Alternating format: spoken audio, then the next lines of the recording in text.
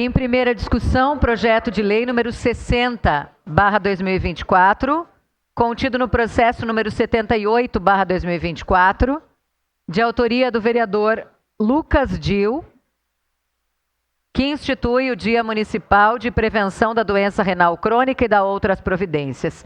Contém substitutivo SB-1/2024. Relator, vereador Cadori, com a palavra o relator para a leitura do parecer.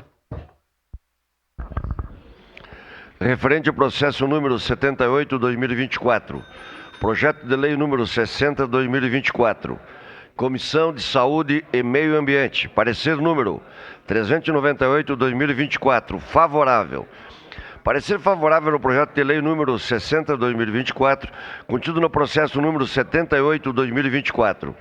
Recebe essa Comissão de Saúde e Meio Ambiente para análise e emissão de parecer o projeto de lei 60/2024 do vereador Lucas Dil, que institui o Dia Municipal de Prevenção da Doença Renal Crônica e da outras providências.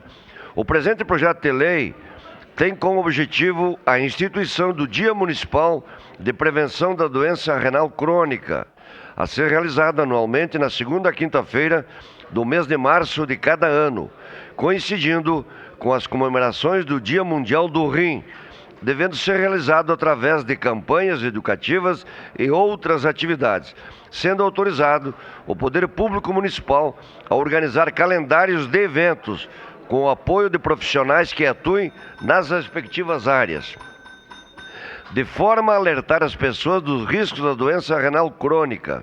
Nesta data, vários países realizam ações de prevenção às doenças renais e acreditamos que, considerado todos esses fatores, a realização do Dia Municipal de Prevenção da Doença Renal Crônica, período no qual serão desenvolvidas atividades, eventos, palestras e parcerias, poderá auxiliar na prevenção, contribuindo com uma melhor saúde de nossa população.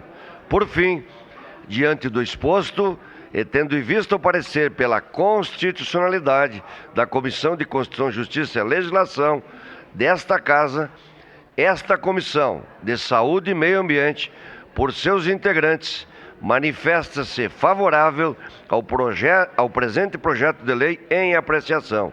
Caxias do Sul, 29 de julho de 2024, 149 da Colonização e 134 da Emancipação Política. Assino esse parecer, eu, presidente e relator Almir Cadori, vereador Adriano Bressan, vereador Renato de Oliveira, vereadora Estela Balardim e vereador Rafael Bueno. Era isso, senhora presidente.